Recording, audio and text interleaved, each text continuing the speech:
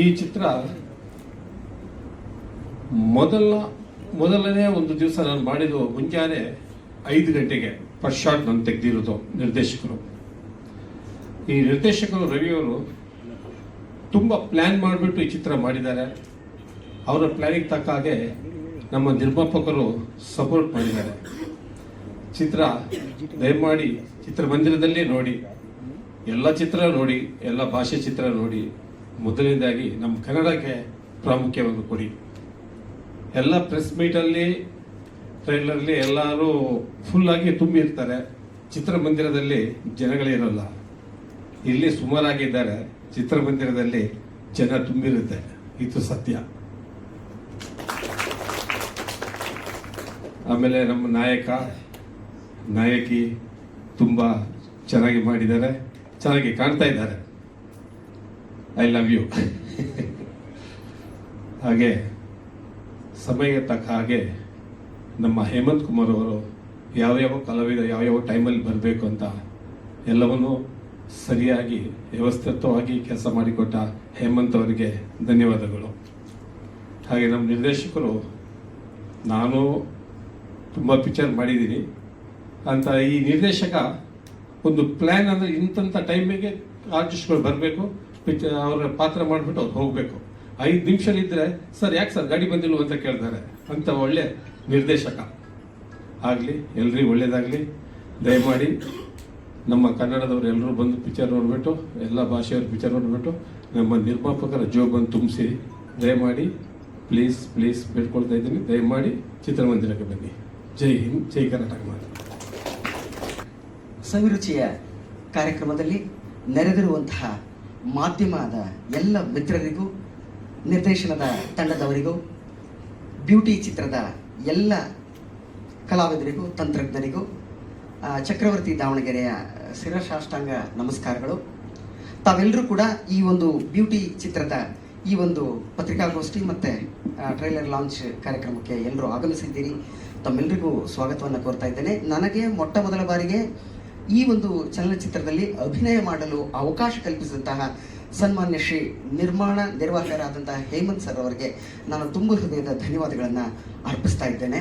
ಹಾಗೂ ನನ್ನಲ್ಲಿರುವಂತಹ ಒಂದು ಅಲ್ಪ ಕಲೆಯನ್ನು ಗುರುತಿಸಿ ನನಗೆ ಒಂದು ಅದ್ಭುತವಾದಂತಹ ಪಾತ್ರವನ್ನು ನಿರ್ವಹಣೆ ಮಾಡಲಿಕ್ಕೆ ನನಗೆ ಅವಕಾಶ ಮಾಡಿಕೊಟ್ಟಂತಹ ನನ್ನ ದಿಗ್ದರ್ಶಕ ಮಹೋದಯರಿಗೆ, 3 ಹೊತ್ತು ಊಟ ಹಾಕಿ ರುಚಿಕರವಾದಂತಹ ಅಡಿಗೆಯನ್ನು ಉಣಬಡಿಸಿದಂತಹ ನಮ್ಮ ಅನ್ನದಾತರು ನಮ್ಮ ಎದುರುಗಡೆ ಕೂತಿದ್ದಾರೆ. ಅವ್ರಿಗೂ ಕೂಡ ಬಾಗಿದ ಶಿರ ಜೋಡಿಸಿದ ಕರಗಳಿಂದ ನಾನು ನಮಸ್ಕಾರಗಳನ್ನು ತಿಳಿಸ್ತಾ ಇದ್ದೇನೆ. ಮಾಧ್ಯಮದವರು ಈ ಒಂದು ಚಿತ್ರವನ್ನು ಬೆನ್ನು ತಟ್ಟಿ ಈ ಚಿತ್ರದ ಎಲ್ಲ ಆಯಾಮಗಳನ್ನು ವೀಕ್ಷಣೆ ಮಾಡಿ ಇದನ್ನು ಪ್ರೇಕ್ಷಕರಿಗೆ ತಲುಪಿಸುವಂತಹ ಕಾರ್ಯಕ್ರಮವನ್ನು ಮತ್ತು ಕಾರ್ಯವನ್ನು ಅತಿ ಸಂಪನ್ನವಾಗಿ ಮತ್ತು ಯಶಸ್ವಿಯಾಗಿ ಇದನ್ನು ನಡೆಸ್ಕೊಡ್ತಾರೆ ಅನ್ನೋ ಒಂದು ಭರವಸೆ ನನಗಿದೆ. ಹಾಗಾಗಿ ಕನ್ನಡ ಚಿತ್ರಗಳು ಬೆಳಿಬೇಕು, ಕನ್ನಡ ಚಿತ್ರರಂಗ ಉಳಿಬೇಕು, ಹಾಕಿದ ಬಂಡವಾಳ ವಾಪಸ್ ಬರಬೇಕು. ಬಂತು ಅಂದರೆ ಅನೇಕ ಸಾವಿರಾರು ತಂತ್ರಜ್ಞರು, ಸಾವಿರಾರು ಕಲಾವಿದರು ಮುಖ್ಯ ಭೂಮಿಕೆಗೆ ಬರ್ತಾರೆ. ತಮ್ಮಲ್ಲಿರುವಂತಹ ಅಲ್ಪ ಕಲೆಯನ್ನು ಅವರು ಕನ್ನಡ ಚಿತ್ರರಂಗದ ಕಲಾಭಿಮಾನಿಗಳಿಗೆ ಉಣಬಡಿಸಲಿಕ್ಕೆ ಆಸ್ಪದ ಆಗುತ್ತೆ, ಅವಕಾಶವಾಗ್ತದೆ. ನಡೆದು ಬಂದಂತಹ ಹಾದಿಯನ್ನು ನೋಡಿದ್ರೆ ಬ್ಯೂಟಿ ಚಿತ್ರತಂಡ ತುಂಬ ಅದ್ಭುತವಾಗಿ, ಯಶಸ್ವಿಪೂರ್ವಕವಾಗಿ ಮತ್ತು ಆಯಾ ಕಾಲಘಟ್ಟಕ್ಕೆ ಸರಿಯಾಗಿ ಗೀತೆಗಳನ್ನು ಬಿಡುಗಡೆ ಮಾಡುವುದರಲ್ಲಾಗಲಿ, ಟೀಸರನ್ನು, ಟ್ರೈಲರ್ಗಳನ್ನು ಲಾಂಚ್ ಮಾಡುವುದರಲ್ಲಾಗಲಿ, ಪತ್ರಿಕಾಗೋಷ್ಠಿಗಳನ್ನು ಕರೆಯುವುದರಲ್ಲಾಗಲಿ, ಮತ್ತು ಅನೇಕ ಸಂಘ ಸಂಸ್ಥೆಗಳು ಮತ್ತು ಶಾಲಾ ಕಾಲೇಜುಗಳಿಗೆ ಹೋಗಿ ನಮ್ಮ ಚಿತ್ರದ ಬಗ್ಗೆ ಅನೇಕ ಮಾಹಿತಿಗಳನ್ನು ಮತ್ತು ಚಿತ್ರದ ಬಗ್ಗೆ ಕೊಡುವಂತಹ ಎಲ್ಲ ಕಾರ್ಯಗಳನ್ನು ಕೂಡ ಬಹು ಸಂಪನ್ನವಾಗಿ ಮಾಡಿದ್ದಾರೆ. ಇದನ್ನೆಲ್ಲ ವ್ಯವಸ್ಥಿತವಾಗಿ ನಡೆಸಿಕೊಟ್ಟಂತಹ ಅನ್ನದಾತರಿಗೂ, ನಿರ್ದೇಶಕರಿಗೂ, ನಟರಿಗೂ, ತಂತ್ರಜ್ಞರಿಗೂ ಎಲ್ಲರಿಗೂ ಕೂಡ ನಾನು ಧನ್ಯವಾದಗಳನ್ನು ಅರ್ಪಿಸ್ತೇನೆ. ಈ ಒಂದು ಅದ್ಭುತವಾದಂತಹ ಚಿತ್ರವನ್ನು ತಾವೆಲ್ಲರೂ ಚಿತ್ರಮಂದಿರಕ್ಕೆ ಬಂದು ಚಿತ್ರವನ್ನು ವೀಕ್ಷಣೆ ಮಾಡಬೇಕು. ಹಾಗೂ ನನ್ನ ಹಿರಿಯರಾದಂತಹ ಶಿವಮೊಗ್ಗ ರಾಮಣ್ಣ ಸರ್ ಇದ್ದಾರೆ, ಅವರು ನನಗೆ ಅನೇಕ ಅವಕಾಶಗಳನ್ನು ಕಲ್ಪಿಸಿಕೊಟ್ಟಿದ್ದಾರೆ. ಹಾಗೂ ನನ್ನ ನೆಚ್ಚಿನ ಸಂಗೀತ ನಿರ್ದೇಶಕರಾದಂಥ ವಿ ಮನೋಹರ್ ಸರ್ ಇದ್ದಾರೆ, ಅವ್ರಿಗೂ ನನ್ನ ನಮಸ್ಕಾರಗಳನ್ನ ತಿಳಿಸ್ತಾ ಇದ್ದೇನೆ. ನಾಯಕ ನಟರು ಮತ್ತು ನಾಯಕ ನಟಿ, ನನ್ನ ಮಗ 3.5 ವರ್ಷದವನು. ಅವನಿಗೆ ಹೆಂಡದ ಮೇಲಾಣೆ ಶಿವ ಹೆಂಡದ ಮೇಲಾಣೆ, ಅದಕ್ಕೆ ಡ್ಯಾನ್ಸ್ ಮಾಡ್ತಾನೆ. ಅಂದರೆ ಅಷ್ಟು ಚೆನ್ನಾಗಿ ಸಾಹಿತ್ಯ ಇದೆ. ಅದಕ್ಕೆ ತಕ್ಕನಾದಂತಹ ಹಿನ್ನೆಲೆ ಸಂಗೀತವನ್ನು ಸಂಯೋಜನೆ ಮಾಡಿದ್ದಾರೆ. ಹಾಗಾಗಿ ಈ ಚಿತ್ರ ಯಶಸ್ವಿಯಾಗಬೇಕು. ಅದನ್ನು ಎಲ್ಲರ ಹತ್ರನೂ ನಾನು ನಮಸ್ಕಾರ ಮಾಡಿ ಕೇಳ್ಕೊತಾ ಇದ್ದೇನೆ.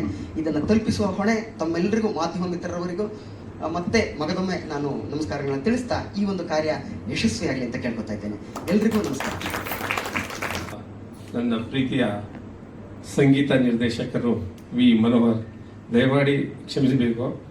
ಆಗ ಸ್ವಲ್ಪ ಗಡಿಬಿಡಿಯಲ್ಲಿ ಗೊತ್ತಾಗಿಲ್ಲ ನಿಮ್ಮ ಹೆಸರು ಹೇಳೋಕ್ಕೆ. ತುಂಬ ನನ್ನ ಆತ್ಮೀಯ, ನನ್ನ ಗೆಳೆಯ, ಹಲವು ವರ್ಷಗಳಿಂದ ನಾವು ಅವ್ರ ಜೊತೆಲಿದ್ದೀವಿ.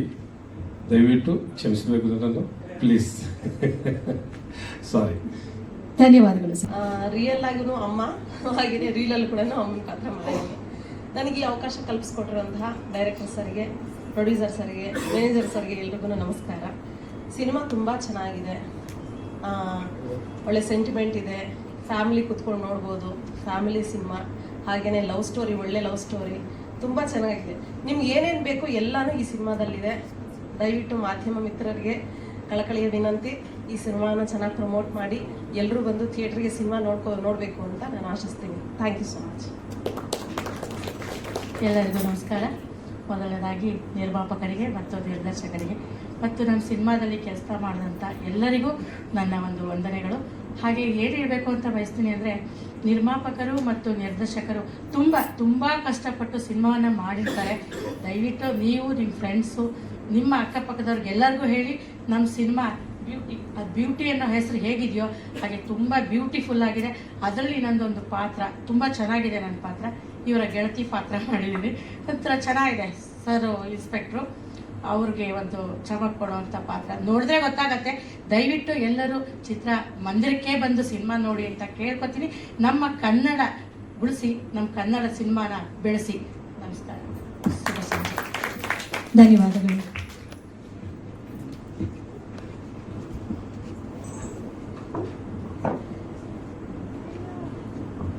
ಅನ್ನಪೂರ್ಣ ಅವರಿಗೆ ಹಾಗೆ ಅಂಜು ಮಡಿಯಾಳಿ ಅವರಿಗೆ ಧನ್ಯವಾದಗಳು. ಹಾಗೆ ಈ ಚಿತ್ರದ ಡಾನ್ಸ್ ಮಾಸ್ಟರ್ ಮಹೇಶ್ ಕುಕ್ಕೆ ಅವರು ದಯವಿಟ್ಟು ವೇದಿಕೆ ಮೇಲೆ ಬಂದು 2 ಮಾತಾಡಬೇಕು ಅಂತ ಕೇಳ್ಕೊತಾ ಇದ್ದೀನಿ.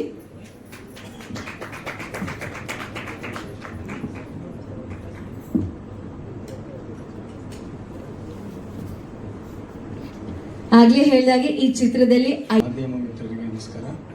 ನಮಗೆ ಅವಕಾಶ ಕೊಟ್ಟಂಥ ನಿರ್ದೇಶಕರು, ನಿರ್ಮಾಪಕರಿಗೆ ಹಾಗೂ ಕಾರ್ಯಕಾರಿ ನಿರ್ಮಾಪಕರಿಗೆ ನಮಸ್ಕಾರ. ಇದು ಆ್ಯಕ್ಚುಲಿ ಈ ಸಿನಿಮಾದಲ್ಲಿ ನನಗೆ ಒಂದು 5 ಸಾಂಗ್ಗಳನ್ನು ನಾನೇ ಮಾಡಿದ್ದೀನಿ. ಆ ನಂಬಿಕೆಯಲ್ಲಿ ನನಗೆ ಸಾಂಗನ್ನು ಕೊಟ್ಟಿದ್ದಾರೆ. ನಾನು ಆ ನಂಬಿಕೆನ ಉಳಿಸಿದ್ದೀನಿ ಅಂತ ಅಂದ್ಕೊಂಡಿದ್ದೀನಿ. ನೀವೆಲ್ಲ ಅದನ್ನು ನೋಡಿ ಹರಿಸಿ. ಸಿನಿಮಾ ತುಂಬ ಚೆನ್ನಾಗಿ ಬಂದಿದೆ. ಬೇರೆ ಬೇರೆ ಕಡೆ ನಾವು ಶೂಟ್ ಮಾಡಿದ್ದೀವಿ. ಒಂದಷ್ಟು ಲೊಕೇಶನ್ಗಳು ತುಂಬ ಅದ್ಭುತವಾಗಿ ಮೂಡಿ ಬಂದಿದೆ. ನಿಮ್ಮ ಎಲ್ಲರ ಆಶೀರ್ವಾದ ನಮಗೆ ಇರಲಿ. Thank you so much.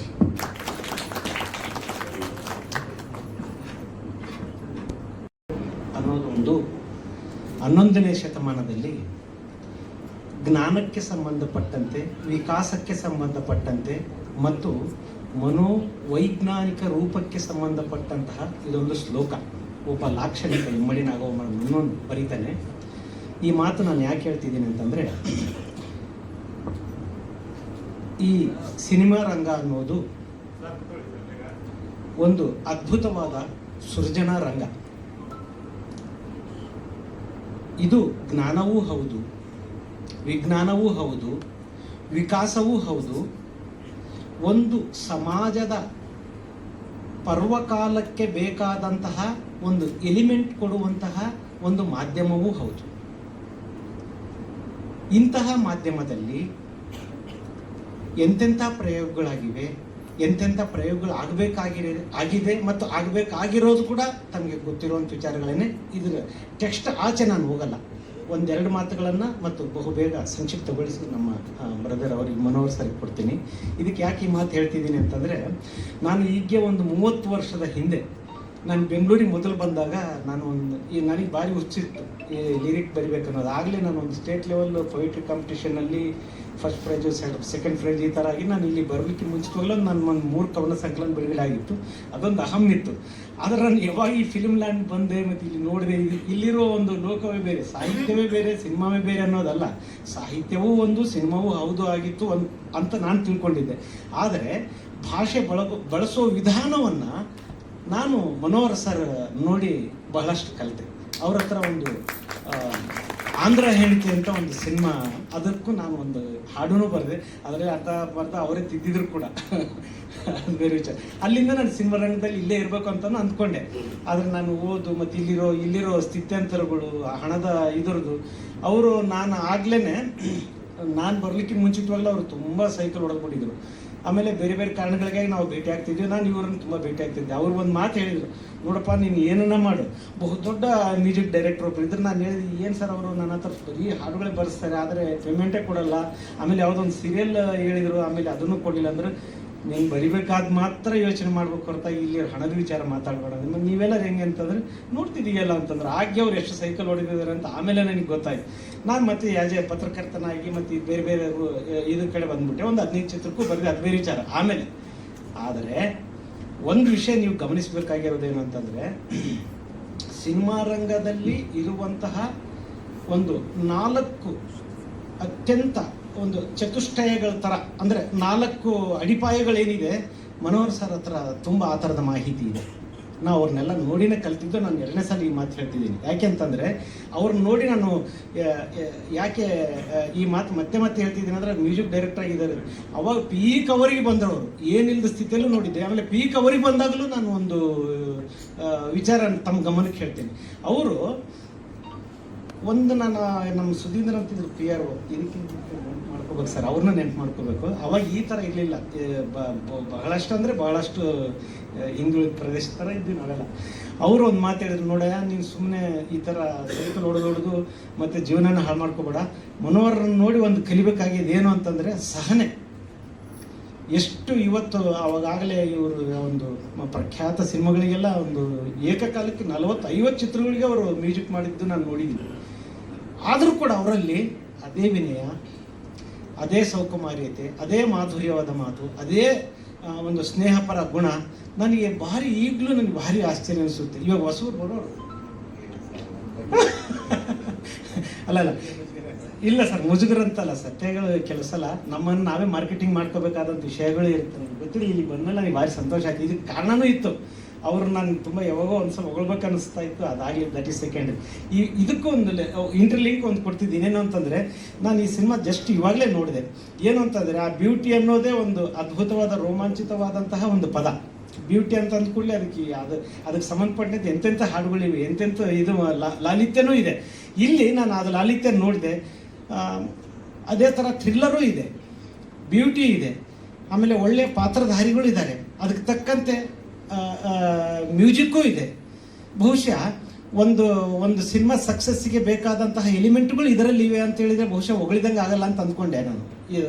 ಒಂದು ಚಪ್ಪಾಳೆ ಮೂಲಕ ತಾವು ಕೂಡ ಅನುಮೋದಿಸಬೇಕಂತ ಕೋರ್ಕೊಳ್ತಾ ಇದ್ದೀನಿ ನಾನು. ಎರಡನೇದಾಗಿ ಏನು ಅಂತಂದರೆ, ಯಾವುದೇ ಒಂದು ಚಿತ್ರರಂಗ ಇವತ್ತು ಅಧ್ವಾನ ಸ್ಥಿತಿಯಲ್ಲಿದೆ ಅಂತ ಹೇಳೋದು ಭಾರಿ ಈಜಿ. ಆದರೆ ಅದಕ್ಕೆ ಕಾರಣರು ಯಾರು ಅನ್ನೋದನ್ನು ಎಲ್ಲರೂ ಅವಲೋಕನ ಮಾಡ್ಕೋಬೇಕಾದಂಥ ಸ್ಥಿತಿ ನಾವು ಇದ್ದೇವೆ.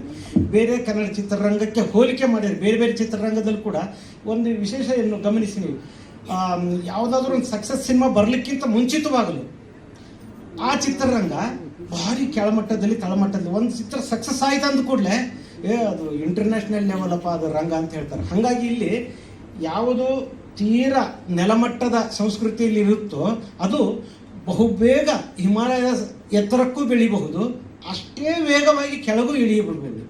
ಆದರೆ ಇದಕ್ಕೆ, ಈ ಏರಿಳಿತಕ್ಕೆ ಕೆಲವು ಎಲಿಮೆಂಟ್ಗಳನ್ನು, ಕೆಲವು ತಾತ್ವಿಕ ವಿಚಾರಗಳನ್ನು ನಾನು ನಿಮಗೆ ಹೇಳ್ತಿದ್ದೀನಿ ಅಥವಾ ಒಂದೇನು ಗೈಡ್ ಮಾಡ್ತಿದ್ದೀನಿ ಅಂತ ತಿಳ್ಕೊಬೇಕು, ಮತ್ತು ಒಂದು ಸಲಹೆ ಅಂತಲೂ ತಿಳ್ಕೊಬೇಕು. ಯಾಕೆಂದರೆ ಎಲ್ಲ ತಂತ್ರಜ್ಞರಿದ್ದೀರಿ, ನಿಮಗೆ ಸ್ವಲ್ಪ ನನಗೆ ವಯಸ್ಸಿರ್ಬೋದು, ನನಗಿಂತ ನಿಮಗೆ ಸ್ವಲ್ಪ ಹೆಚ್ಚು ಕಡಿಮೆ ಇರೋ ವಯಸ್ಸು. ಏನು ಅಂತಂದರೆ, ಒಂದು ಅತ್ಯುತ್ತಮವಾದ ಕತೆ ಆಯ್ಕೆ ಮಾಡೋದರಲ್ಲಿ ನೀವು ಎಂದೂ ಎಡವಬಾರದು, ಸಕ್ಸಸ್ ಬಯಸೋದು.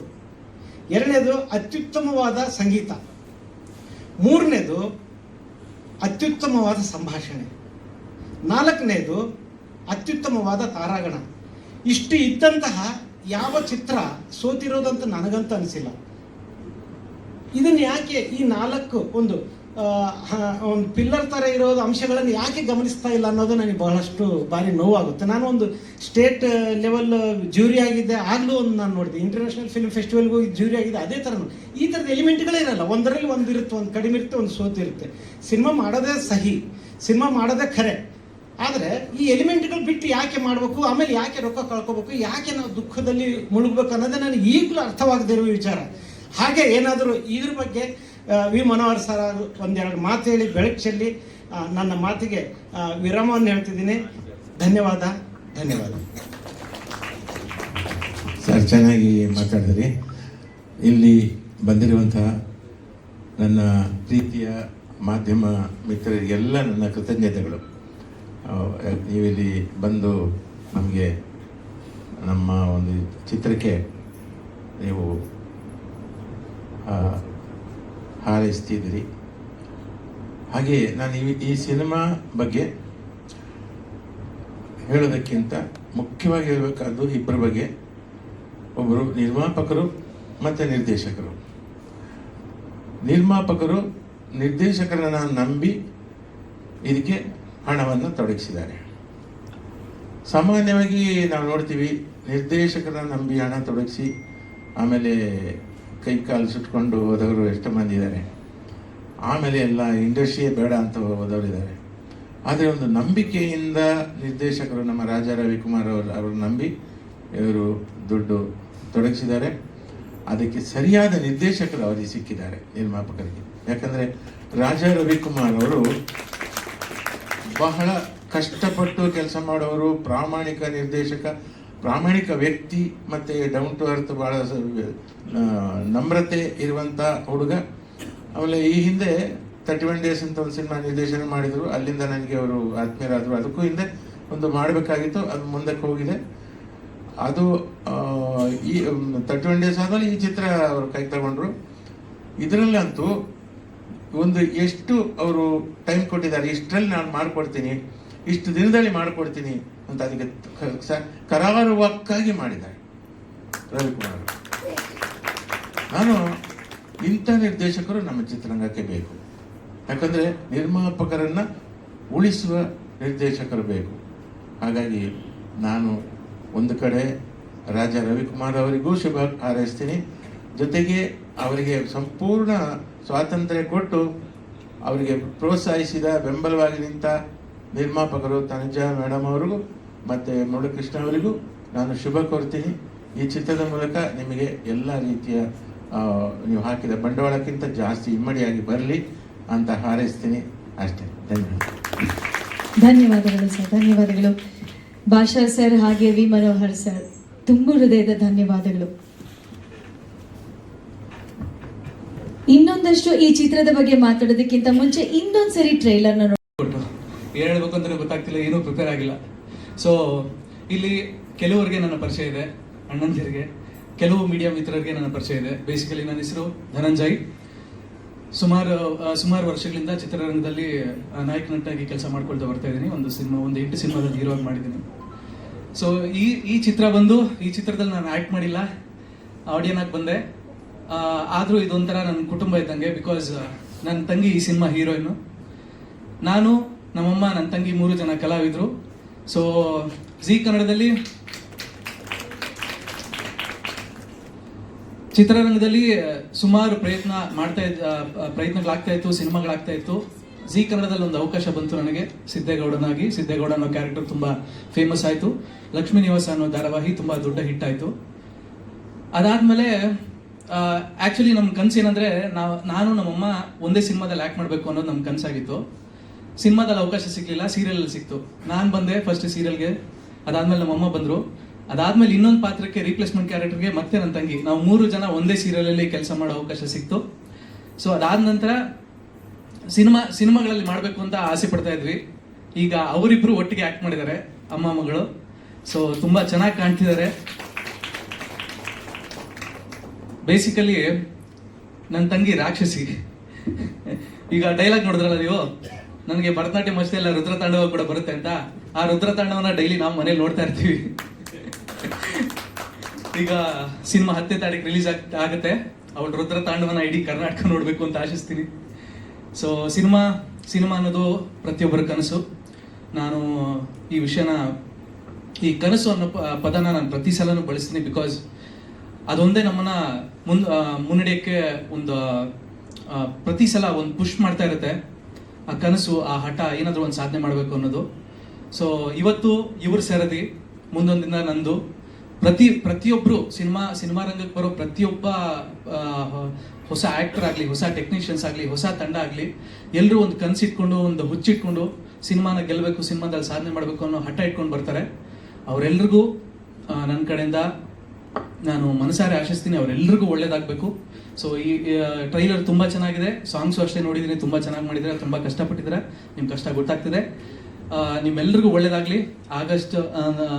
ಜುಲೈ ಅಲ್ವಾ, ಜುಲೈ 10ನೇ ತಾರೀಕು ಸಿನಿಮಾ ರಿಲೀಸ್ ಆಗ್ತಿದೆ.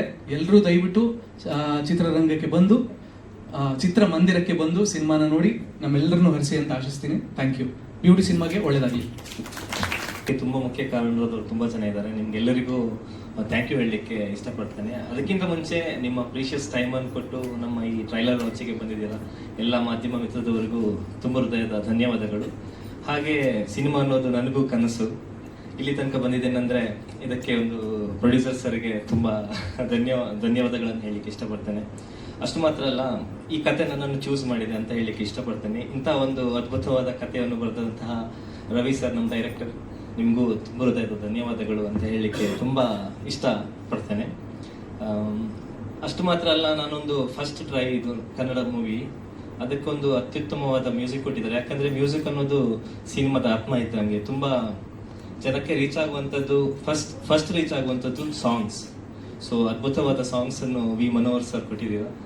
ನನಗೆ ಅಂತೂ ಇದು ಏನೊಂದು ತುಂಬ ಒಳ್ಳೆಯ ಅವಕಾಶ ಅಂತ ಹೇಳಲಿಕ್ಕೆ ಇಷ್ಟಪಡ್ತೇನೆ. Thank you so much sir. ಹಾಗೆ ಎಲ್ಲರಿಗೂ ರಿಕ್ವೆಸ್ಟ್ ಮಾಡ್ತಿದ್ದೇನೆ, ಮುಂದೆ ಬರುವ ಜುಲೈ 10ಗೆ ನಮ್ಮ ಮೂವಿ ರಿಲೀಸ್ ಆಗ್ತಾ ಇದೆ. ಎಲ್ಲರೂ ಥಿಯೇಟರ್ಗೆ ಬಂದು ನಮ್ಮ ಮೂವಿನ ನೋಡಿ ನಮ್ಮನ್ನು ಆಶೀರ್ವಾದ ಮಾಡಬೇಕು ಅಂತ ಕೇಳ್ಕೊತೇನೆ. ಧನ್ಯವಾದಗಳು ಸರ್. ಇದು ನಂದು 2ನೇ ಸಿನಿಮಾ ಸರ್. ಇದಕ್ಕಿಂತ ಮುಂಚೆ ತುಳುವಲ್ಲಿ ಒಂದು ಮೂವಿ ಮಾಡಿದ್ದೆ, ಮಿಸ್ಟರ್ ಮಧುಮಯ್ಯ ಅಂತ ಒಂದು ತುಳು ಸಿನಿಮಾದಲ್ಲಿ ನಾಯಕ ನಟರಾಗಿ ಅಭಿನಯಿಸಿದರು. ಇಲ್ಲ, ನಾನು basically Yakshagana artist. So Bharatanatyam ಅನ್ನೋದು ಸ್ವಲ್ಪ ಸಿಮಿಲಾರಿಟಿ ಇರೋದರಿಂದ ನನಗೆ ಸ್ವಲ್ಪ ಈಸಿ ಆಯಿತು ಕಲೀಲಿಕ್ಕೆ. ಇದನ್ನು ನಾನು ಭರತನಾಟ್ಯ ಫಸ್ಟಿಂದ ಏನು ಕಲ್ತು ಬಂದಿಲ್ಲ. ಈ ಮೂವಿಗೋಸ್ಕರ ನಾನು ಭರತನಾಟ್ಯ ಕಲ್ತಿದ್ದೇನೆ. I miss to mention, Mahesh sir ನನಗೆ ತುಂಬ ಸಪೋರ್ಟ್ ಮಾಡಿದ್ದಾರೆ.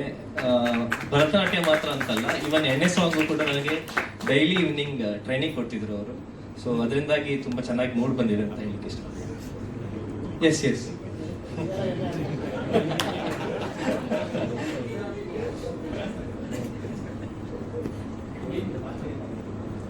ಬೇಸಿಕಲಿ ಒಂದು ಸಾಮಾನ್ಯ ಹುಡುಗ, ನಾರ್ಮಲ್ ಹುಡುಗ, ಒಂದು ಪ್ರೀತಿಗೋಸ್ಕರ ತುಂಬಾ ಕಷ್ಟಪಡ್ತಿದ್ದಾನೆ, ಪ್ರೀತಿನ ಪಡಿಲಿಕ್ಕೋಸ್ಕರ. ಆ ಹೋರಾಟದಲ್ಲೇ ಇನ್ನೊಂದು ಏನೋ ಆಗೋಗುತ್ತೆ. ಅದಕ್ಕೋಸ್ಕರ ಕೊನೆಗೆ ಅವ್ನು ನ್ಯಾಯಕ್ಕಾಗಿ ಹೊರಡಲಿಕ್ಕೆ ಶುರು ಮಾಡ್ತಾನೆ. ಪ್ರೀತಿನೂ ಸಿಗಲ್ಲ, ನ್ಯಾಯನೂ ಸಿಗಲ್ಲ ಅನ್ನುವಂಥ ಸಿಚುವೇಶನ್ ಅಲ್ಲಿ ಅವ್ನು ಹೆಂಗೆ ಇದನ್ನು ಡೀಲ್ ಮಾಡ್ತಾನೆ ಅನ್ನುವಂಥ ಒಂದು ಸ್ಟೋರಿ. ಮಹಾಲಕ್ಷ್ಮಿ ಅವ್ರು ಮಾತಾಡೋಕ್ಕಿಂತ ಮುಂಚೆ ಅವರ ಸಿನಿಮಾಗಳನ್ನ ನಾನು ಹೇಳಲೇಬೇಕು. 10ಕ್ಕಿಂತ ಹೆಚ್ಚು ಸಿನಿಮಾಗಳಲ್ಲಿ ಅವರು ನಾಯಕ ನಟಿಯಾಗಿ ಅಭಿನಯಿಸಿದ್ದಾರೆ. ಟ್ಯಾಕ್ಸ್ ಆಫ್ ರಾಮ್ಗಢ್, ಮಾವುತ, ಸ್ವಪ್ನ ಮಂಟಪ, ಮಾರಿಗೆ ದಾರಿ, ಜಿಯಾ, ಹೀಗೆ 10ಕ್ಕೂ ಹಲವು ಸಿನಿಮಾಗಳು. ಅದರಲ್ಲಿ ಮೊದಲನೇ ಸಾಲಿನಲ್ಲಿ ನಮ್ಮ ಬ್ಯೂಟಿ ಸಿನಿಮಾ ಈಗ ರೆಡಿ ಆಗಿದೆ. ಆ ಚಿತ್ರದ ನಾಯಕ ನಟಿ ಹಾಗೂ ತೆಲುಗು, ತಮಿಳಲ್ಲಿ ಕೂಡ ಅವರಿಗೆ ಬಹು ಬೇಡಿಕೆ ಬರ್ತಾ ಇದೆ. ಒಳ್ಳೇದಾಗ್ಲಿ ನಮ್ಮ ಸಿನಿಮಾ ಕಡೆಯಿಂದ. ಬಟ್ ಈಗ ನಮ್ಮ ಸಿನಿಮಾ ಬಗ್ಗೆ ದಯವಿಟ್ಟು ಮಾತಾಡಿ. Thank you so much. ಎಲ್ರಿಗೂ ನಮಸ್ಕಾರ. ನಮ್ಮ ಬ್ಯೂಟಿ ಸಿನಿಮಾದ ಟ್ರೈಲರ್ ಲಾಂಚ್ಗೋಸ್ಕರ ಬಂದಿರುವಂತಹ ಎಲ್ಲ ಬ್ಯೂಟಿಫುಲ್ ಮನ್ಸುಗಳಿಗೆ ನಾನು ಸ್ವಾಗತವನ್ನು ಕೋರ್ತೀನಿ. ಸೊ ಎಸ್, ನಮ್ಮ ಟೈಟಲ್ ಬ್ಯೂಟಿ ಅಂತಂದರೆ ನಾನು ಯಾವಾಗಲೂ ಅಂದ್ಕೊಂಡಿರೋದು ಏನು ಅಂತಂದರೆ, ನಾಟ್ ಓನ್ಲಿ ಔಟರ್ ಪಾರ್ಟ್ ಏನು ನೀವು ಜನರಿಗೆ ನಾರ್ಮಲ್ ಆಗಿ ಕಾಣ್ತೀರಾ ಅದಷ್ಟೇ ಬ್ಯೂಟಿ ಆಗಲ್ಲ. ನಿಮ್ಮ ಮನಸ್ಸು ಹೇಗಿರುತ್ತೆ, ನಿಮ್ಮ ಪರ್ಸನಾಲಿಟಿ, ನಿಮ್ಮ ವ್ಯಾಲ್ಯೂ ಸಿಸ್ಟಮ್ ಹೇಗಿರುತ್ತೆ, ಅದನ್ನು ನಾನು ಬ್ಯೂಟಿ ಅಂತ ಕನ್ಸಿಡರ್ ಮಾಡ್ತೀನಿ. ಅದಕ್ಕೆ ಬ್ಯೂಟಿಫುಲ್ ಮನಸ್ಸುಗಳು ಅಂತ ನಾನು ಮೆನ್ಷನ್ ಮಾಡಿದ್ದು. ಸೊ ಎಲ್ರಿಗೂ ಥ್ಯಾಂಕ್ ಯು ಸೋ ಮಚ್ ಬಂದಿರೋದಕ್ಕೆ. ಎಸ್, ನನ್ನ ಹೆಸರು ಮಹಾಲಕ್ಷ್ಮಿ. ಹಾಗೆ ನನ್ನ ಸಿನಿಮಾ ಕಡೆಗೆ ಆ ಪ್ರಯತ್ನದಲ್ಲಿ ನಾನು ಮಾಡಿರುವಂಥ ಸಿನಿಮಾಗಳ ಬಗ್ಗೆ ಎಲ್ಲ ಥ್ಯಾಂಕ್ ಯು ಇಂಟ್ರೊಡ್ಯೂಸ್ ಮಾಡಿರೋದಕ್ಕೆ. ಎಸ್, ಇದರಲ್ಲಿ ಒಂದು ಸಾಮಾನ್ಯ ಹೆಣ್ಣು ಮಗಳು, ಅವಳು ಕಾಣ್ತಿರೋಂಥ ಕನಸನ್ನು ನನಸು ಮಾಡ್ಕೊಳ್ಳೋಕ್ಕೋಸ್ಕರ ಏನೇನೆಲ್ಲ ಪ್ರಯತ್ನ ಮಾಡ್ತಿರ್ತಾಳೆ ಅವಳು.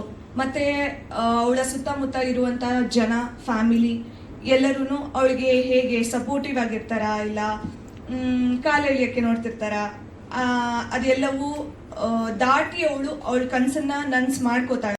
ಟ್ರೈಲರ್ ಅಲ್ಲಿ ನೋಡ್ದಂಗೆ ಇದರಲ್ಲಿ ಎಲ್ಲ ಜಾನರ್ಸು ಆಲ್ಮೋಸ್ಟ್ ಟಚ್ ಮಾಡಿದ್ದಾರೆ ನಮ್ಮ ಡೈರೆಕ್ಟರ್. ಸೊ ಹಾರರ್ ಆಗಿರ್ಬೋದು, ರೊಮ್ಯಾಂಟಿಕ್ ಆಗಿರ್ಬೋದು, ಫ್ಯಾಮಿಲಿ ಓರಿಯೆಂಟೆಡ್ ಆಗಿರ್ಬೋದು, ಎಮೋಷನ್ಸ್ ಆಗಿರ್ಬೋದು, ಸೊ ಎಲ್ಲವೂ ಇರುವಂತಹ ಒಂದು ಫ್ಯಾಮಿಲಿ ಸಬ್ಜೆಕ್ಟ್, ಎಲ್ಲರೂ ಕೂತು ಆರಾಮಾಗಿ ನೋಡುವಂತಹ ಸಿನಿಮಾ ಇದು. ಸೊ ನೀವೆಲ್ಲರೂ ನಮ್ಮ ಜನರಿಗೆ ತಲುಪಿಸ್ಬೇಕು ಅಂತ ನಾನು ಕೇಳ್ಕೊಳ್ತೀನಿ. ಜುಲೈ 10ನೇ ತಾರೀಕು ನಮ್ಮ ಸಿನಿಮಾ ರಿಲೀಸ್ ಆಗ್ತಿದೆ.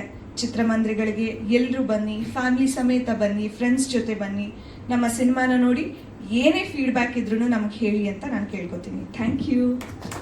ಥ್ಯಾಂಕ್ ಯು ಧನ್ಯವಾದಗಳು ರವಿಕಾಂತ್ ಹಾಗೆ ಮಹಾಲಕ್ಷ್ಮಿ ಅವ್ರಿಗೆ. ಹಾಗೆಯೇ ದಯವಿಟ್ಟು ಥ್ಯಾಂಕ್ ಯು. ಅವರು ಲಾಸ್ಟಲ್ಲಿ ಮಾತಾಡ್ತೀವಿ ಅಂತಿದ್ದಾರೆ ಫಸ್ಟು. ಓಕೆ ಸರಿ, ನಮ್ಮ ಈ ಚಿತ್ರದ ಡಿಸ್ಟ್ರಿಬ್ಯೂಟರ್ ಬಾಗೂರ್ ಟಾಕೀಸ್ನ ಬಾಗೂರ್ ಪ್ರಶಾಂತ್ ಅವ್ರನ್ನ ಕರೆದ್ಬಿಡೋಣ.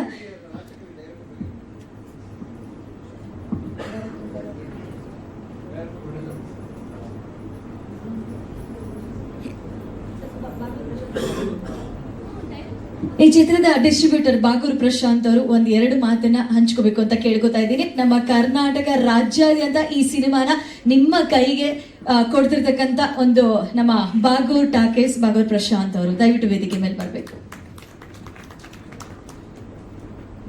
ಎಲ್ರಿಗೂ ನಮಸ್ಕಾರ. ಸೊ ಡಿಸ್ಟ್ರಿಬ್ಯೂಟರ್ ಆಗಿ ಈ ಸಿನಿಮಾನ ಮಾಡೋಕ್ಕೆ ನಂಗೆ ತುಂಬ ಖುಷಿ ಇದೆ. ಯಾಕಂದರೆ ಇವ್ರದ್ದು ಲಾಸ್ಟ್ ಸಿನಿಮಾನು ನಾವೇ ಡಿಸ್ಟ್ರಿಬ್ಯೂಟ್ ಮಾಡಿದ್ದು, 31 ಡೇಸ್ ರವಿ ಅವ್ರದ್ದು. ಸೊ ಬ್ಯೂಟಿ ಸಿನಿಮಾ ನೋಡಿದಾಗ ತುಂಬ ಥ್ರಿಲ್ಲಿಂಗ್ ಎಲಿಮೆಂಟ್ಸ್ ಇದೆ ಅಂತ ಅನ್ನಿಸ್ತು ನನಗೆ. ಎಸ್ಪೆಷಲಿ ಹೀರೋಯಿನ್ ಅವ್ರ ಪರ್ಫಾರ್ಮೆನ್ಸು, ಅವರೇ ಹೀರೋಯಿನ್ ಆಗಿ ಮಾಡಿದ್ದಾರೆ ಈ ಸಿನಿಮಾ ಪೂರ. ಅಫ್ಕೋರ್ಸ್ ಅವರಿದ್ರೂ ಕೊನೆಗೆ ಅವ್ರು ಡಾಮಿನೇಟ್ ಮಾಡ್ತಾರೆ, ಯಾಕಂದ್ರೆ ಪಾತ್ರ ಹಂಗಿದೆ ಅದು. ಅದರಾಚೆಗೆ ಮತ್ತೆ ಟೆಕ್ನಿಕಲಿ ತುಂಬ ಸೌಂಡ್ ಆಗಿರೋ ಸಿನಿಮಾ ಇದು. ನೀವು ನೋಡಿರ್ಬೋದು, ಸೀನ್ರಿಗಳೆಲ್ಲ ತುಂಬ ಚೆನ್ನಾಗಿದೆ, ಸೀನ್ಸ್ ಮತ್ತೆ ಲೊಕೇಶನ್ಸ್ ಎಲ್ಲ ತುಂಬ ಚೆನ್ನಾಗಿ ಕಟ್ಕೊಟ್ಟಿದ್ದಾರೆ ಕ್ಯಾಮ್ರಾಮನ್. ಸೊ ಅವ್ರ ವರ್ಕ್ ತುಂಬ ಚೆನ್ನಾಗಿದೆ. ಮತ್ತು ವಿ ಮನೋಹರ್ ಸರ್ದು ವರ್ಕ್ ಯಾರು ನಾವು ಮಾತಾಡೋಕ್ಕೆ ಆಗಲ್ಲ. ಸೊ ಒಂದು ಒಳ್ಳೆ ಸಿನಿಮಾ, ಮತ್ತು ಆದಷ್ಟು ಮಾತಾಡಿಕೊಂಡು ಒಂದು ಒಳ್ಳೆ ನಂಬರಲ್ಲಿ ನಾವು ಸ್ಕ್ರೀನ್ಸ್ನ ತಗೋಬೇಕು ಅಂತ ಅಂತಿದ್ದೀವಿ. ನೋಡಬೇಕು ಏನಾಗುತ್ತೆ ಅಂತ. ಎಷ್ಟೆಲ್ಲ ನಮಗೆ ಅಪ್ಡೇಟ್ ಕೊಡ್ತೀವಿ ನಾನು ನಿಮಗೆ. ಒಂದು 30ರಿಂದ 35 ಸ್ಕ್ರೀನ್ ಸಿಗ್ಬೋದು.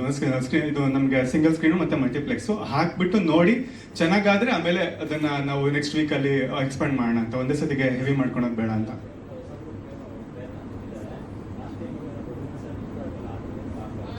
ದೊಡ್ಡ ಮನುಷ್ಯ ಇಶ್ಯೂ ಅಂದರೆ ಅದು ಏನಾಗಿದೆ ಅಂತ ಅಂದ್ಬಿಟ್ಟು ಅದ್ರದ್ದು ಬೇರೆನೇ, ಲೈಕ್ ನಾನು ನಿಮ್ಗೆ ಅದನ್ನ ಇದು ಮಾಡ್ತೀನಿ. ಸೊ ಈ ಸಿನಿಮಾಗೆ ಏನು ಬೇಕೋ ಆ ಸ್ಟ್ರಾಟಜಿನ ನಮ್ಮ ಕಡೆಯಿಂದ ನಾವು ಮಾಡ್ತೀವಿ, ಅದಕ್ಕೆ ರೆಡಿ ಇದ್ದೀವಿ ನಾವು ಆಲ್ರೆಡಿ.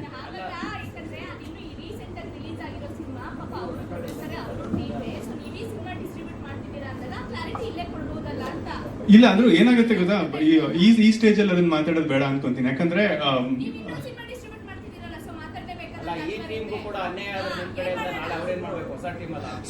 ಅನ್ಯಾಯ ಆಗಿದೆಯೋ ಇಲ್ವಾ ಅಂತ ಅನ್ನೋದನ್ನ ಸರಿಯಾಗಿ ತನಿಖೆ ಮಾಡಿಬಿಟ್ಟು ಫ್ಯಾಕ್ಟ್ಸ್ ಏನಿದೆ ಅದು ತಿಳ್ಕೊಂಡು ಮಾತಾಡ್ಬೇಕು ಯಾರೇ ಆಗಲಿ. ಈಗ ಅದ್ರ ಬಗ್ಗೆ ಮಾತಾಡೋದು ಬೇಡ ಅಂತ ನಾನು ಅನ್ಕೊಂತೀನಿ.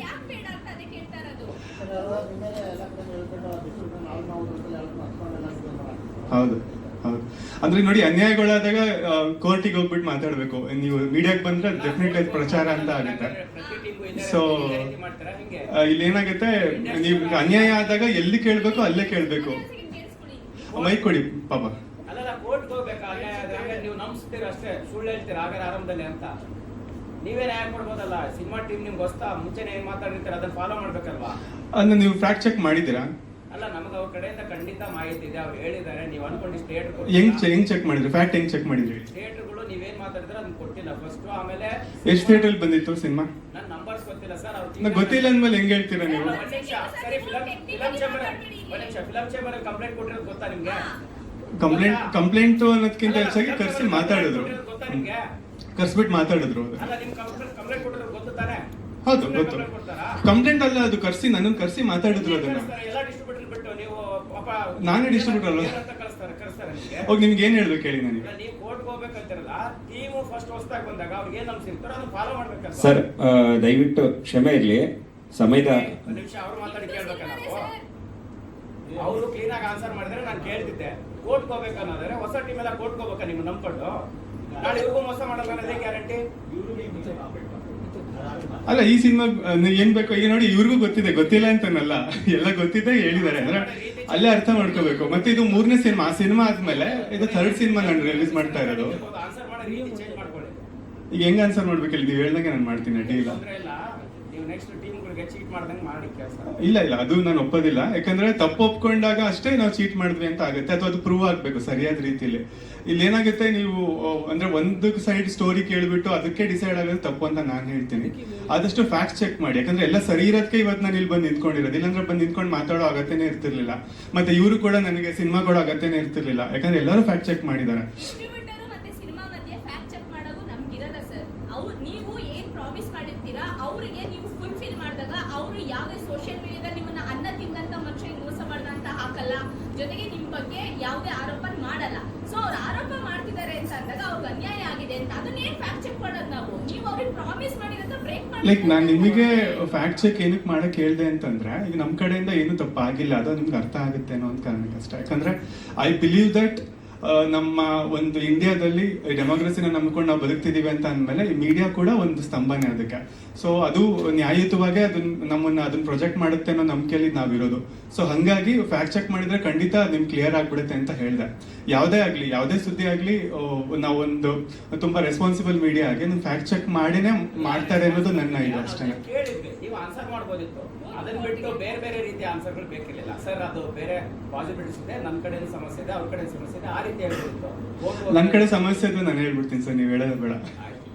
ನಮ್ಮ ಕಡೆಯಿಂದ ಏನು ತಪ್ಪ ಆಗಿಲ್ಲ ಅದು. ಯಾಕಂದ್ರೆ ಮೀಡಿಯಾದಲ್ಲಿ ಅದೇ ಚರ್ಚೆ ಆಗ್ತಿದೆ. ಇನ್ನು ಇಂಟರ್ವ್ಯೂಗಳು ಕೊಡ್ತಾ ಇದ್ದೀನಿ, ಎಲ್ಲ ಕಡೆ ಆನ್ಸರ್ ಮಾಡಿದೀನಿ ಕೂಡ. ಆಮೇಲೆ ಎಲ್ಲ ಕ್ಲಿಯರೆನ್ಸ್ ಸಿಕ್ಕಿದೆ ನಮ್ಗೆ. ಎಲ್ಲರೂ ಕೋರ್ಟ್ಗೆ ಹೋಗ್ಬೇಕಾ? ಡೆಫಿನೆಟ್ಲಿ ಹೌದು. ಮೀಡಿಯಾಗೆ ಹೋಗ್ಬಾರ್ದು. ಮೀಡಿಯಾಗೆ ಹೋದ್ರೆ ಸುದ್ದಿ ಆಗಿ ಈಗ ನನ್ನನ್ನು ಫೇಮಸ್ ಮಾಡಿದ್ರು ಅವ್ರು. ಪಾಪ ಅವ್ರಿಗಿಂತ ನಾನೇ ಫೇಮಸ್ ಆಗಿದ್ದೀನಿ. Thank you. ಅಂದ್ರೆ ನನ್ನನ್ನು ಫೇಮಸ್ ಮಾಡಬಾರ್ದಾಗಿತ್ತು, ಅವ್ರ ಸಿನಿಮಾ ಫೇಮಸ್ ಆಗ್ಬೇಕಾಗಿತ್ತು ಅಂತ ನಾನು ಹೇಳಿದ್ದು. ಸುಮ್ಮನೆ ನನಗೆ ಪಬ್ಲಿಸಿಟಿ ಕೊಡೋ. ನಾನು ಎಂಜಾಯ್ ಮಾಡ್ತಿದ್ದೀನಿ ಸರ್, ಡೆಫಿನೆಟ್ಲಿ ನಾನು ಎಂಜಾಯ್ ಮಾಡ್ತೀನಿ.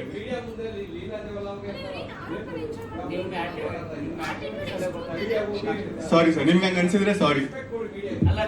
Definitely sir, definitely.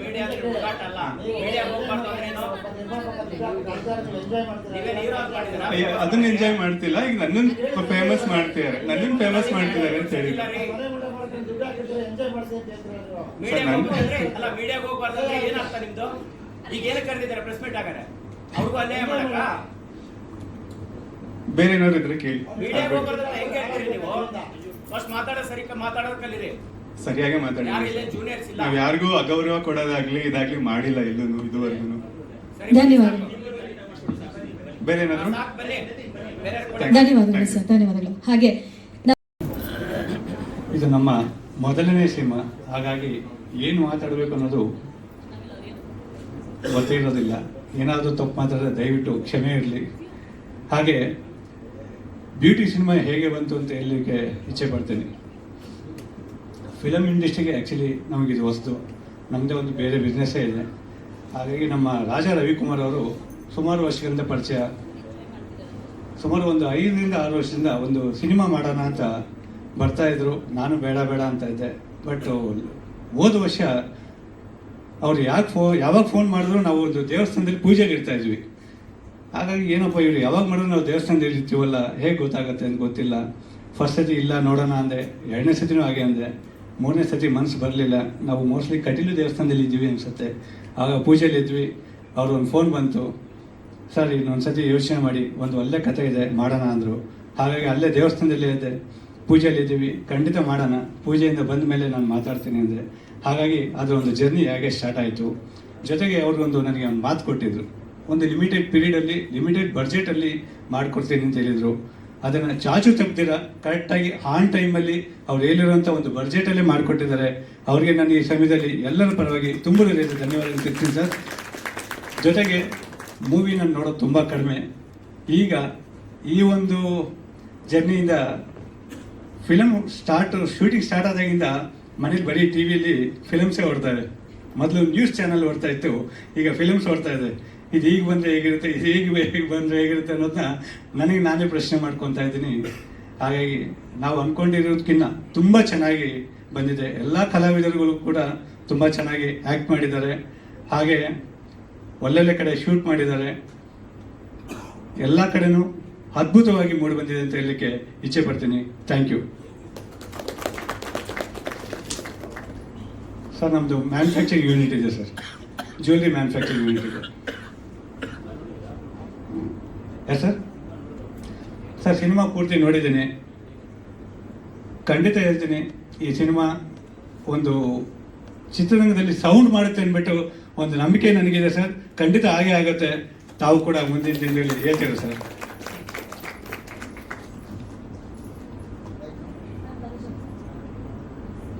ಈ ಫಿಲಮ್ಗೆ ಪ್ರೊಡ್ಯೂಸರ್ ಆಗಿ ನನ್ನ ಧರ್ಮಪತ್ನಿ ತನುಜಾ ಮುರಳೀಕೃಷ್ಣ ಅವರೇ, ಅವ್ರ ಪರವಾಗಿ ನಾನು ಇಷ್ಟೊತ್ತು ಮಾತಾಡಿದೆ. ಅವರು ಒಂದು 2 ಮಾತು ನಾನು ಮಾತಾಡ್ತಾರೆ. ಎಲ್ರಿಗೂ ನಮಸ್ತೆ.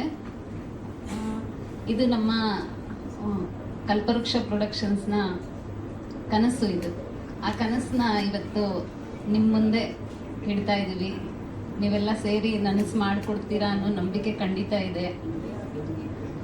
ಇದು ಎಲ್ಲರೂ ಕುತ್ಕೊಂಡು ಫ್ಯಾಮಿಲಿ ಸಮೇತ ನೋಡಬಹುದಾದಂಥ ಚಿತ್ರ. ರವಿಕುಮಾರ್ ಅವರು ತುಂಬ ಚೆನ್ನಾಗಿ ನಿರ್ದೇಶನ ಮಾಡಿಕೊಟ್ಟಿದ್ದಾರೆ. ಮತ್ತು ನಾವೆಲ್ಲೆಲ್ಲಿ ಶೂಟಿಂಗ್ ಮಾಡಿದ್ದೀವಿ. ಫಸ್ಟು ನಮ್ಮ ಕನ್ನಡ ಚಿತ್ರರಂಗದಲ್ಲೇ ಫಸ್ಟು ಕ್ಯಾಮರಾ ಸ್ಟಾರ್ಟ್ ಆಗಿರೋದು ನಮ್ಮ ಚಿತ್ರನೇ. ಎಲ್ಲಿ ಮೂಡಗಲ್ಲು ಕೇಶವನಾಥ, ಅಲ್ಲಿ ಆ ಕೇಶವನಾಥನ ಕೃಪೆ ಇರುತ್ತೆ ಅಂತ ನಾವೆಲ್ಲರೂ ನಂಬಿದ್ದೀವಿ.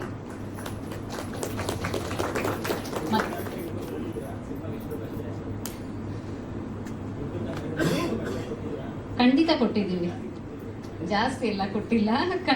ಅವರು ನಾವು ಏನು ಅಂದ್ಕೊಂಡಿದ್ದೀವೋ ಆ ಬಡ್ಜೆಟಲ್ಲೇ ಮಾಡಿಕೊಟ್ಟಿದ್ದಾರೆ ಸರ್.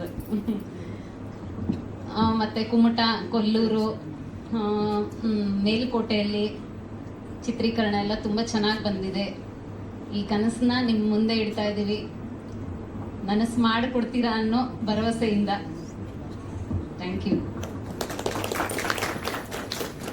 ಕುಸುಮಾ ಅವರವ್ರ ಮಗಳು ಕೋ ಪ್ರೊಡ್ಯೂಸರ್ ಆಗಿ ಕೂಡ ವರ್ಕ್ ಮಾಡಿದ್ದಾರೆ ಈ ಚಿತ್ರಕ್ಕೆ. ದಯವಿಟ್ಟು ಏನು ಮಾತು. ಎಲ್ಲರಿಗೂ ನಮಸ್ಕಾರ. ಒಂದು ಹೊಸ ತಂಡ, ಹೊಸ ಕತೆ, ಎಲ್ಲ ಜಾನ್ರ ಇರುವಂಥ ಮೂವಿ, ಹೊಸ ಟ್ಯಾಲೆಂಟ್ನೊಂದಿಗೆ ಒಂದು ಮೂವಿ ಮಾಡಿದ್ದೀವಿ. ಎಲ್ಲರೂ ಒಂದು ಆನೆಸ್ಟ್ ಎಫರ್ಟ್ ಹಾಕಿ ಮಾಡಿದ್ದೀವಿ. ನೀವೆಲ್ಲರೂ ಮೂವಿನ ಚಿತ್ರಮಂದಿರಕ್ಕೆ ಬಂದು ನೋಡಿ ನಮಗಿನ್ನೂ ಕನ್ನಡ ಇಂಡಸ್ಟ್ರಿಗೆ ಇನ್ನೂ ಒಳ್ಳೆ ಚಿತ್ರಗಳನ್ನ, ಒಳ್ಳೆ ಕತೆಗಳನ್ನ ಮಾಡಿಕೊಡೋಕ್ಕೆ ಸಪೋರ್ಟ್ ಮಾಡಬೇಕು ಅಂತ ಕೇಳ್ಕೊತೀನಿ. Thank you. ಎಲ್ಲರಿಗೂ ನಮಸ್ತೆ. ನನ್ನ ಹೆಸರು ಕುಶಾಲ್, ನಿರ್ಮಾಪಕರಾದ ತನುಜಾ ಅವರ ಮಗ. ಇದು ನಮ್ಮ ಫಸ್ಟ್ ಫಿಲಮ್ ಆಗಿದೆ. ರವಿಕಾಂತ್ ಹಾಗೂ ಮಹಾಲಕ್ಷ್ಮಿ ಅವರು ನಟಿಸಿರುವ ಸಿನಿಮಾ. ಎಲ್ಲರೂ ಚಿತ್ರಮಂದಿರಕ್ಕೆ ಬಂದು ನಮ್ಮ ಶ್ರಮಕ್ಕೆ ನಿಮ್ಮ ಪ್ರೋತ್ಸಾಹನೆ ಇದ್ದಾಗ ಎಲ್ಲ ಒಳ್ಳೆಯದಾಗುತ್ತೆ ಅನ್ನೋದು ನಮ್ಮ ಅನಿಸಿಕೆ. ಎಲ್ಲರೂ ಚಿತ್ರಮಂದಿರಕ್ಕೆ ಬಂದು ಸಪೋರ್ಟ್ ಮಾಡಿ. Thank you. ಫಸ್ಟು ನಾನು 31 ಡೇಸ್ ಅನ್ನೋ ಸಿನಿಮಾ ಡೈರೆಕ್ಷನ್ ಮಾಡಿದ್ದೆ. ಇದು ನನ್ನ ಬ್ಯೂಟಿ 2ನೇ ಸಿನಿಮಾ. ಎಲ್ಲಕ್ಕಿಂತ ಮುಖ್ಯವಾಗಿ ಫಸ್ಟು ಇವತ್ತು ಪತ್ರಕರ್ತರ ದಿನ. ಸೊ ಇಲ್ಲಿ ಸೇರಿರುವಂಥ ಎಲ್ಲ ಪತ್ರಕರ್ತರಿಗೂ ನಾನು ತುಂಬು ಹೃದಯದ ವಂದನೆಗಳು ಹೇಳಕ್ಕೆ ಇಷ್ಟಪಡ್ತೀನಿ. ವಿಶ್ವ ಹ್ಯಾಪಿ ಪತ್ರಕರ್ತರ ದಿನ. ಅದೇ ಉದ್ದೇಶದಿಂದ ನಮ್ಮ ಬಾಸ ಸರ್ನ ಕರೆದು ಪತ್ರಕರ್ತರ ಪರವಾಗಿ ನಾನು ಒಂದು ಇವತ್ತು ಇದು ಮಾಡಿಕೊಡಿ ಸರ್, ನಮ್ಮ ಟ್ರೈಲರ್ ಲಾಂಚ್ ಮಾಡಿಕೊಡಿ. ಯಾಕೆಂದರೆ ಹೇಳಬೇಕು ಅಂದರೆ ಪತ್ರಕರ್ತರೇ ನಮಗೆ ಮೇಯ್ನು. ಇದು ನಮ್ಮ ಸಿನಿಮಾನ ಜನಕ್ಕೆ ತಲುಪಿಸೋಕೆ ಮೊದಲನೇ ನಮ್ಮ ಒಂದು ಪಿಲ್ಲರ್ ಅಂದರೆ ಅವ್ರನ್ನೇ ಅಂತ ಹೇಳ್ಬೋದು. ನಾನು ಫಸ್ಟ್ 31 ಡೇಸ್ ಮಾಡಬೇಕಾದ್ರೆ ಫಸ್ಟ್ ಪ್ರೆಸ್ ಮೀಟು. ಆ ಪ್ರೆಸ್ ಮೀಟಲ್ಲೂ ಒಂದು ಹೇಳಿದೆ, ನನಗೆ ಪತ್ರಕರ್ತರು ಪ್ರೆಸ್ ಮೀಟ್ ಅನ್ನೋದು ನನಗೆ ಒಂದು ತಿರುಪತಿ ದರ್ಶನ ಅಂತ. ಆ ಟೈಮಲ್ಲಿ ಹೇಳಿದಾಗ ನಿಮ್ಮಲ್ಲಿ ಒಬ್ಬರು ಹೇಳಿದರು ತಿರುಪತಿ ಲಡ್ಡು ಬೇಗ ಸಿಗಲಿ ಅಂತ. ನೋಡಿ, ಆ ತಿರುಪತಿ ಲಡ್ಡು ಇವಾಗ ಬೇಗ ಸಿಕ್ಕಿದೆ. ನಾನು 2ನೇ ಸಿನಿಮಾ ಡೈರೆಕ್ಷನ್ ಮಾಡಿದ್ದೀನಿ. ಅದಕ್ಕೆ ಹೇಳೋದು, ಎಲ್ಲರೂ ಒಳ್ಳೆ ಮನಸ್ಸಿಂದ ಆಶೀರ್ವಾದ ಮಾಡಿದಾಗ ಅದಕ್ಕೆ ಬೇಗ ಈಡೇರುತ್ತೆ ಅಂತ. ಸೊ ನಿಮ್ಮೆಲ್ಲರಿಗೂ ನಾನು ಮೊದಲನೇದಾಗಿ ತುಂಬ ಹೃದಯದ ಧನ್ಯವಾದಗಳು ಹೇಳಕ್ಕೆ ಇಷ್ಟಪಡ್ತೀನಿ. ಈಗ ಸರ್ ನಮ್ಮದು ಹೇಳ್ಬೇಕು ಅಂದರೆ ಬ್ಯೂಟಿ. ಈ ಬ್ಯೂಟಿ ಅನ್ನೋ ಸಿನಿಮಾ ಫಸ್ಟು ನಾನು 31 ಡೇಸ್ ಮುಗಿದ ತಕ್ಷಣ ಮುರಳಿ ಸರ್ನ ಕಾಂಟ್ಯಾಕ್ಟ್ ಮಾಡಿದೆ. ಬ್ಯೂಟಿ ಅಂತ ಒಂದು ಕಾನ್ಸೆಪ್ಟ್ ಇಟ್ಕೊಂಡಿದ್ದೀನಿ ಸರ್, ಮಾಡೋಣ ಅಂತ ಹೇಳಿದಾಗ ಸರಿ ಆಯಿತು, ಒಂದ್ಸಲ ಬನ್ನಿ ಮನೆಗೆ ಮಾತಾಡೋಣ ಅಂತ ಹೇಳಿದ್ರು. ಸೊ ಅವರು ತನುಜಾ ಮೇಡಮು ಅವ್ರ ಹತ್ರ ಹೋಗಿ ಎಲ್ಲ ಕುಂತ್ಕೊಂಡು ಎಲ್ಲ ಅವ್ರ ಮಕ್ಕಳು ಅವರು ಎಲ್ಲ ಸ್ಟೋರಿ ಕೇಳಿದ್ರು. ಸ್ಟೋರಿ ಕೇಳಿದ್ಮೇಲೆ ಒಂದು ಹೆಣ್ಣಿನ ಮೇಲೆ ಮಾಡಿರುವಂಥ ಕಾನ್ಸೆಪ್ಟ್ ಇದು. ಒಂದು ನಮ್ಮ ಟ್ಯಾಗ್ಲೈನ್ ಕೂಡ ಹೆಣ್ಣನ್ನು ಗೌರವಿಸಿ ಹೆಣ್ಣನ್ನು ರಕ್ಷಿಸಿ. ಸೊ ಇದು ತುಂಬ ಮನಸ್ಸಿಗೆ ಟಚ್ ಮಾಡೋವಂಥ ಸಬ್ಜೆಕ್ಟು. ಸೊ ಮಾಡೋಣ ಆಯಿತು, ಎಷ್ಟು ಬಂಡವಾಳ ಎಲ್ಲ ಕೇಳಿದ್ರು. ನಾನು ಅದು ತಕ್ಕಂತೆ ಒಂದು ಬಜೆಟ್ ಹಾಕೊಟ್ಟೆ. ಆ ಬಜೆಟಲ್ಲಿ ಯಾವುದೇ ಕುಂದುಕೊರತೆ ಇಲ್ದಂಗೆ ಪ್ರತಿಯೊಂದು ಟೈಮಲ್ಲೂ ಆ ಟೈಮ್ ಕರೆಕ್ಟಾಗಿ ಒದಗಿಸ್ಕೊಟ್ರು. ಅವ್ರಿಗೆ ನಾನು ಫಸ್ಟ್ ತುಂಬ ಧನ್ಯವಾದಗಳು ಹೇಳ್ತೀನಿ. ನೆಕ್ಸ್ಟು ಈಗ ಇದಕ್ಕೆ ಮ್ಯೂಸಿಕ್ ಬೇಕು ಅಂತ ಹೋದಾಗ ನಾನು ಯಾರು ಕೊಡೋಣ ಅಂದ್ಕೊಂಡಿದ್ದೆ. ನಾನು ಲಾಸ್ಟ್ 31 ಡೇಸು ವಿಮನ್ ಅವ್ರ ಸರು ಒಳ್ಳೆ ಸಂಗೀತ ಮಾಡಿಕೊಟ್ಟಿದ್ರು. ನಾನು ಏನಂದ್ರೆ ಬಾಂಡಿಂಗ್ ಚೆನ್ನಾಗಿದ್ದಾಗ ಅದು ಒಳ್ಳೆ ಒಂದು ಕಂಟೆಂಟ್ ಚೆನ್ನಾಗಿ ಬರುತ್ತೆ ಅನ್ನೋ ಉದ್ದೇಶ ನಂದು. ಸೊ ಹಂಗಾಗಿ ನಾನು ಮನೋಹರ್ ಸರ್ ಹತ್ರ ಹೋದೆ. ಎಲ್ಲ ಡಿಸ್ಕಸ್ ಮಾಡಿ 5 ಸಾಂಗ್ ಇತ್ತು. 5 ಸಾಂಗ್ನು ಒಂದು ಅದ್ಭುತವಾಗಿ ಮಾಡಿಕೊಟ್ರು. ಸೊ ಅವ್ರಿಗೂ ನಾನು ತುಂಬ ಧನ್ಯವಾದಗಳು ಹೇಳೋಕ್ಕೆ ಇಷ್ಟಪಡ್ತೀನಿ. ಇದು ಆದಮೇಲೆ ಲೊಕೇಶನ್ಸು ಇದೆಲ್ಲ ನಾನು ಎಲ್ಲಿ ಮಾಡೋಣ ಅಂತ ನಾನು ಒಂದು ಇನ್ಸ್ಟಾಗ್ರಾಮಲ್ಲಿ ಸರ್ಚ್ ಮಾಡಿದಾಗ ನನಗೆ ಅದು ಒಂದು ಫಾಲ್ಸ್ ಬ್ಯಾಕ್ ಡ್ರಾಪ್ ಅಲ್ಲಿರೋಂಥ ಒಂದು ಹಳ್ಳಿ, ಅಲ್ಲಿ ಒಂದು ಲೊಕೇಶನ್ ನೋಡಿದೆ. ತುಂಬ ಚೆನ್ನಾಗಿದೆ. ನಾನೇನಂದ್ರೆ ಒಂದು ಸಿನಿಮಾ ಅನ್ನೋದು ಒಂದು ಕಲೆ, ಅದನ್ನು ಅದ್ಭುತವಾಗಿ ಮೂಡಿಸ್ಬೇಕು ತೆರೆ ಮೇಲೆ, ಅವಾಗ ಮಾತ್ರ ಪ್ರೇಕ್ಷಕರಿಗೆ ಇಷ್ಟ ಆಗುತ್ತೆ. ಸೊ ಆ ಕಾರಣಕ್ಕೋಸ್ಕರ ನಾವು ಮೂಡುಗಲ್ಲು, ಅದು ಕೇಶವನಾಥ ಟೆಂಪಲ್ ಆಗ್ಬೋದು, ಇದ್ರ ಹತ್ರ ಫಾಲ್ಸ್ ಆಗ್ಬೋದು, ಇದು ಕೊಲ್ಲೂರಿಂದ 25 ಕಿಲೋಮೀಟರ್ ಒಳಗಡೆ ಹೋಗ್ಬೇಕು. ಸೊ ಅಲ್ಲಿಗೆ ನಾವು ಟ್ರಾವೆಲ್ ಮಾಡಿ ತುಂಬ ಕಷ್ಟಪಟ್ಟು ಅದೆಲ್ಲ ಶೂಟ್ ಮಾಡ್ಕೊಂಡು ಬಂದು, ಅದಲ್ಲದೆ ಮೇಲ್ಕೋಟೆ ಮತ್ತು ಕುಮಟ ಇಲ್ಲೆಲ್ಲ ಶೂಟ್ ಮಾಡಿದ್ದೀವಿ. ಬೆಂಗಳೂರಲ್ಲೂ ಸುತ್ತಮುತ್ತ ಶೂಟ್ ಮಾಡಿದ್ದೀವಿ. ಒಂದು ಒಳ್ಳೆ ಕಥೆನ ಜನಕ್ಕೆ ಹೇಳಕ್ ಹೊರಟಿದ್ದೀನಿ. ಏನು ಅಂದರೆ, ಈಗ ಪ್ರತಿಯೊಬ್ಬರು ಒಂದು ಗಂಡಸಿನ ಜೀವನಕ್ಕೆ ಒಂದು ತಾಯಿ ಆಗ್ಬೋದು, ತಂಗಿ ಆಗ್ಬೋದು, ಹೆಂಡತಿ ಆಗ್ಬೋದು, ಮತ್ತೆ ಮಗಳಾಗ್ಬೋದು, ಇವೆಲ್ಲ ಸ್ಟೇಜ್ಗಳಲ್ಲೂ ಮುಖ್ಯವಾಗಿ ಬೇಕಾಗಿರುವಂತಹದ್ದು ಒಂದು ಹೆಣ್ಣು. ಆ ಹೆಣ್ಣನ್ನ ರಕ್ಷಿಸಿ ಗೌರವಿಸಬೇಕು. ಪ್ರತಿಯೊಬ್ಬರಿಗೂ ಆ ಹೆಣ್ಣು ಮುಖ್ಯವಾಗಿರೋದ್ರಿಂದ ಆ ಹೆಣ್ಣನ್ನ ಗೌರವಿಸಿ ರಕ್ಷಿಸಿದಾಗ ಆ ಸುತ್ತಮುತ್ತಲ ಸಮಾಜ ಕೂಡ ಚೆನ್ನಾಗಿರುತ್ತೆ. ಇನ್ ಕೇಸ್ ಆ ಥರ ಏನಾದರೂ ನಾವು ಮಾಡಲಿಲ್ಲ ಅಂತಂದ್ರೆ ಫುಲ್ ಏನಾಗ್ಬೋದು ಅನ್ನೋದನ್ನ ಈ ಕಥೆ ಮೂಲಕ ಹೇಳಕ್ ಹೊರಟಿದ್ದೀನಿ. ದಯವಿಟ್ಟು ಕನ್ನಡ ಸಿನಿಮಾಗಳನ್ನ ಕನ್ನಡ ಇಂಡಸ್ಟ್ರಿಲಿ, ಯಾಕೆಂದ್ರೆ ಕನ್ನಡ ಇಂಡಸ್ಟ್ರಿ ಈಗ ಹೇಳ್ಬೇಕು ಅಂತಂದ್ರೆ ಒಂದು ಉತ್ತಮ ಮಟ್ಟಕ್ಕೆ ಹೋಗ್ತಾ ಇದೆ. ಈಗ KGF ಆಗ್ಬೋದು, ಕಾಂತಾರ ಆಗ್ಬೋದು, ಸೂಪ್ರಮ್ಸ್ ಆಗ್ಬೋದು, ಇವೆಲ್ಲ ಬಂದ್ಮೇಲೆ ಒಂದು ಒಳ್ಳೆ ಸ್ಟೇಜಲ್ಲಿ ಹೋಗ್ತಾ ಇದೆ. ನಾವು ಇದನ್ನ ಇನ್ನೂ ಜಾಸ್ತಿ ಮಟ್ಟಕ್ಕೆ ಬೆಳೆಸ್ಕೊಂಡು ಹೋಗ್ಬೇಕು. ಈಗ ಹೇಳ್ಬೇಕು ಅಂದ್ರೆ ಕರ್ನಾಟಕದಲ್ಲಿ ಬೆಂಗಳೂರಲ್ಲಿ ಫಸ್ಟ್ ಡೇ ನಾವು ನೋಡ್ತು ಅಂತಂದ್ರೆ ಹಿಂದಿ, ತಮಿಳು, ತೆಲುಗು ಸಿನಿಮಾಗಳಿಗೆ ಜಾಸ್ತಿ ಸ್ಕ್ರೀನ್ ಸಿಗ್ತಾ ಇದೆ. ಬಟ್ ಆ ಕನ್ನಡ ಸಿನಿಮಾಗಳಿಗೆ ಕಡಿಮೆ ಕೊಡ್ತಾ ಇದ್ದಾರೆ. ಯಾಕೆ? ಕಾರಣ ಇಷ್ಟೇ, ಬೆಂಗಳೂರಲ್ಲಿ ಎಲ್ಲಾ ರಾಜ್ಯದವರು ಜಾಸ್ತಿ ಇದ್ದಾರೆ, ಅವರು ಜಾಸ್ತಿ ಹೋಗಿ ಫಸ್ಟ್ ನೋಡ್ಬಿಡ್ತಾರೆ. ಆದ್ರಿಂದ ಕನ್ನಡದವ್ರು ಜಾಸ್ತಿ ನೋಡಲ್ಲ ಅನ್ನೋ ಉದ್ದೇಶ ಇದೆ. ಇದನ್ನ ಕರ್ನಾಟಕದವರು, ಕನ್ನಡ ಜನ ತುಂಬಾ ಹೃದಯವಂತರು. ಇದನ್ನ ತಪ್ಪು, ಅದೊಂದು ಇಲ್ಲ, ಕನ್ನಡದಲ್ಲಿ ಕನ್ನಡ ಸಿನಿಮಾಗಳನ್ನ ಜಾಸ್ತಿ ನೋಡೋದು ಅನ್ನೋದನ್ನ ಫಸ್ಟ್ ಪ್ರೂವ್ ಮಾಡಬೇಕು. ದಯವಿಟ್ಟು ಕನ್ನಡ ಸಿನಿಮಾಗಳನ್ನ ಗೆಲ್ಲಿಸಿ. ಯಾಕೆಂದ್ರೆ ಇದರಲ್ಲಿ ಸಾವಿರಾರು ಜನ ನಂಬ್ಕೊಂಡಿದ್ದಾರೆ. ಆ ಕನ್ನಡ ಇಂಡಸ್ಟ್ರಿನ ಉಳಿಸಿ ಅನ್ನೋದೇ ನಮ್ಮ ಉದ್ದೇಶ. ಮೇಡಮ್, ಇದು ಫಸ್ಟ್ ನಾನು ಬ್ಯೂಟಿ ಅಂತ ಇಟ್ಟಿದ ತಕ್ಷಣ C and enjoy, don't touch and destroy ಅಂತ ಒಂದು ಟ್ಯಾಗ್ ಲೈನ್ ಇಟ್ಟೆ. ಕಾರಣ ಇಷ್ಟೇ, ಒಂದು ಹೂ ಸುಂದರವಾಗಿದೆ, ಆ ಹೂವನ್ನ ವಾವ್ ಬ್ಯೂಟಿಫುಲ್ ಅಷ್ಟರಲ್ಲೇ ಇರಬೇಕು, ಹೋಗಿ ಅದನ್ನ ಮುಟ್ಟಿ ಕಿತ್ತು ನಾಶ ಮಾಡಬಾರ್ದು. ಇದು ನನ್ನ ಟ್ಯಾಗ್ ಲೈನ್ ಆಗಿತ್ತು. ಯಾವುದೇ ಒಂದು ಹುಡುಗಿ ಆದ್ರೂ ಅಷ್ಟೇ, ಒಂದು ಪ್ರಕೃತಿನ, ಈಗ ಪ್ರಕೃತಿ ಒಂದು ನದಿ ಸುಂದರವಾಗಿದೆ, ಆ ನದಿ ಹತ್ರ ಹೋಗ್ಬಿಟ್ಟು ನಾವು ಏನೋ ಮಾಡಿ ಗಲೀಜ್ನೆಲ್ಲ ನೀರ್ನೆಲ್ಲ ಬಿಟ್ಟು ಹಾಳು ಮಾಡೋದಲ್ಲ.